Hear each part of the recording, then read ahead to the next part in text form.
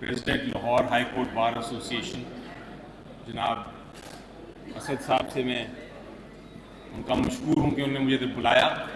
वो वाकई ही आज़ादी के एक सिपाही हैं और मेरा उनसे बहुत करीबी ताल्लुक़ है। आपका बहुत शुक्रिया। मुझे जो आज खुशी है और जिस चीज़ के लिए मैं बड़ा कंफर्टेबल हूँ आज, वो ये है कि मैं पाकिस्तान के कायदीन, क्योंकि आज जो आपके सामने बैठे हैं इधर भी और उधर भी कुछ खड़े हैं, ये पाकिस्तान के कायद समझता हूँ मैं इन सबको। पाकिस्तान के कायदीन और पाकिस्तान के मुस्तकबिल के जो लीडर्स हैं जिनको मैं देख रहा हूँ, उनके साथ गुफ्तगू कर रहा हूँ। मैं आपके साथ मंतक और दलाइल के साथ बात करना चाहूँगा, क्योंकि मेरी नज़र में जब आप मंतक और दलाइल से बात करते हैं, उसी तरह हम अवाम को कन्विंस कर सकते हैं, उनको माइल कर सकते हैं कि वो हमारी बात सुने और हमारी इस मूवमेंट में अपना साथ दें। पाकिस्तान इस वक्त एक आईनी बुरहान का शिकार हो गया है। उसकी वजह यह है कि रात के अंधेरे में खुसर खुसर करते हुए चुपचाप हुकूमत वक्त ने कोशिश की कि एक आईनी तरमीम ले आए। आइन का आपको सबको पता है, आइन का एक एक आर्टिकल जो है वो दूसरे आर्टिकल के साथ जुड़ा हुआ है। अगर आप एक आर्टिकल में कोई तब्दीली करते हैं तो उससे आइन को इतना नुकसान हो सकता है कि वो पूरी तरह गिर जाएगा। इसलिए जब आप कोई तरमीम करने जाएं तो आपको सोच समझ के करनी पड़ती है, आपको डिलिब्रेट करना पड़ता है, आपको डिस्कस करना पड़ता है। आप कोशिश करते हैं कि अवाम की भी नुमाइंदे जो हैं उनको साथ लेके चलें, अवाम की आवाज़ भी सुने, वकीलों को भी सुने और फिर आप फैसला करें आईनी तरमीम का। आपको पता है कि जब 18वीं तरमीम हुई थी, 1 साल लगा था। एक कमेटी बनाई गई थी, उसके बाकायदा TORs थे। उन TORs के बाद उसने 77 घंटे 77 मीटिंग्स की, 5-5, 6-6 घंटे की, 550 घंटे की डिलिब्रेशन थी। हर जो लीडर था, जो मेंबर था उस कमेटी का, वो फिर अपनी लीडरशिप के साथ जाके एक एक शिक डिस्कस करता था। फिर जाके कंसेंसस डेवलप हुआ, फिर जाके 18वीं तरमीम हुआ। लेकिन रात के अंधेरे में मैंने आज तक कोई अमेंडमेंट होते नहीं देखा। मैं एज ए सेनेटर, हमें बुलाया गया कि आप आएँ। रात का वक्त था, इतवार का दिन था। बुलाया गया कि जनाब आपके साथ भी हम डिस्कस करना चाहते हैं कि तरमीम क्या है।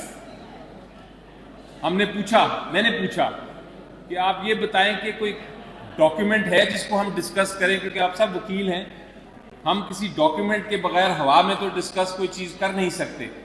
लेकिन अजीबोगरीब बात ये थी कि ना कोई डॉक्यूमेंट था, ना कोई कागज़ था, ना कागज़ का टुकड़ा। हवा में कहा गया कि हम तरामीम करना चाहते हैं। आपको पता है, जब आप तरमीम गलत कर दें किसी कानून में, हमने अपनी तारीख में, पाकिस्तान ने अपनी तारीख में बहुत सफ़र किया है, बहुत नुकसान उठाया है गलत तरामीम का, गलत आइन का। आपको पता है 1956 का आइन आया था। कहा जाता है कि वो इतना गलत आइन था कि उसकी वजह से मार्शल लॉ लग गया। 1962 के आइन के बारे में कहा जाता है कि उसमें इतनी गलतियां थी कि अल्टीमेटली मुल्क टूट गया। आर्टिकल 58(2) भी आप सबको याद है, उसकी तरमीम हुई थी।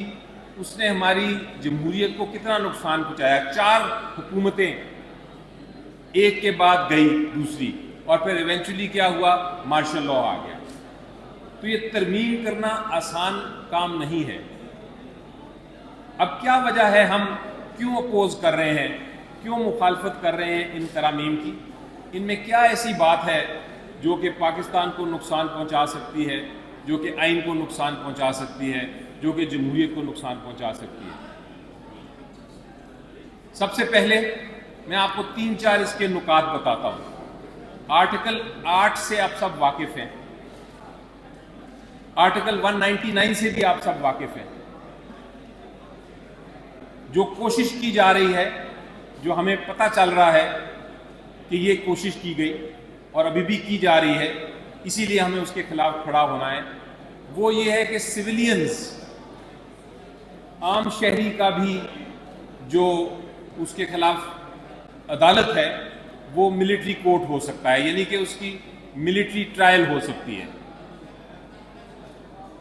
دوسری، آپ کو یاد ہے کہ ہمارے ایک معاشرے میں ایک لعنت تھی، اس کو ہماری عدالتوں نے اور ہم نے بھی کہا ہے کہ کینسر تھا، وہ کینسر تھا لوٹائزم کا۔ ہم نے جو اردو میں ایک لفظ انگریزی کا دیا ہے، لوٹاکرسی کہتے ہیں اس کو، یعنی کہ ہارس ٹریڈنگ، جس میں یہ ہوتا ہے کہ آپ کے جو لوگ ہیں، آپ کے جو نمائندے ہیں پارلیمنٹ میں، وہ پیسے کی خاطر یا کسی اور لالچ کے لیے وہ اپنا ووٹ بیچ دیتے ہیں، اور اس کی وجہ سے اس کی وجہ سے جو پارلیمنٹ ہے اس میں پارلیمنٹری نظام بالکل ہمارا ختم ہو گیا تھا، کیونکہ پرائم منسٹرز بنتے تھے اور ٹوٹتے تھے اسی ضمیر کو بیچ کے۔ یہ لوٹاکرسی تھی۔ اس کے بعد آپ کو یاد ہے ہم نے ایک کیس کیا، میں اس میں وکیل تھا، جس میں ہم نے کہا کہ آرٹیکل 63A جو آئین میں آیا ہے، اور اس کی وجہ یہ تھی کہ وہ لوٹاکرسی کو روکنا تھا، لیکن آرٹیکل 63A یہ کہتا تھا کہ اگر آپ کسی کو ووٹ کرتے ہیں اپنے پارلیمنٹری لیڈر کے خلاف آئینی ترمیم کے معاملے میں یا ووٹ آف کانفیڈنس میں، تو پھر آپ نااہل ہو جائیں گے۔ تو لوگوں نے یہ کرنا شروع کر دیا کہ اپنے پرائسز بڑھا دیے، اپنی قیمت بڑھا دی، اور ہوتا یہ تھا کہ وہ ووٹ کرتے تھے، نااہل ہو جاتے تھے، قیمت وصول کر لیتے تھے، اور اس کے بعد پھر واپس آ جاتے تھے۔ اس چیز کو روکنے کے لیے آرٹیکل 63A کی تشریح کی سپریم کورٹ آف پاکستان نے، اور انہوں نے کہا، وہ پرنسپل آپ نے سب کو پتہ ہے، the principle of the poisonous tree، کہ اگر ایک زہر ہے، زہریلا درخت ہے، تو پھر اس کا جو پھل ہے وہ بھی زہریلا ہوگا۔ تو اس پرنسپل پہ سپریم کورٹ نے کہا کہ یہ ووٹ آپ کاؤنٹ ہی نہیں کریں گے۔ اگر آپ نے پیسے لے کے یا کسی لالچ سے اپنا ضمیر بیچ کے آپ نے لوٹائزم کیا اور آپ نے اپنا ووٹ بیچا اور آپ نے ووٹ کر دیا، تو آپ کا ووٹ کاؤنٹ ہی نہیں ہوگا۔ تو یہ جو ترمیم آ رہی ہے، اس میں واپس کوشش ہو رہی ہے کہ اس ووٹ کو کاؤنٹ کیا جائے۔ یہ ملاوٹ کر رہے ہیں جمہوریت کے ساتھ، اس لیے ہم اپوز کر رہے ہیں۔ تیسری چیز اس امینڈمنٹس میں یہ لے کے آنے کی کوشش کر رہے ہیں، وہ میں آپ کے ساتھ منطق اور لاجک کی بات کر رہا ہوں، تاکہ کیونکہ آپ میرے ساتھی ہیں، بہت سارے لوگوں کے ساتھ میری خواہش بھی ہے کہ میں عدالت میں پیش ہوں، کافیوں کے ساتھ میں پیش بھی ہوں،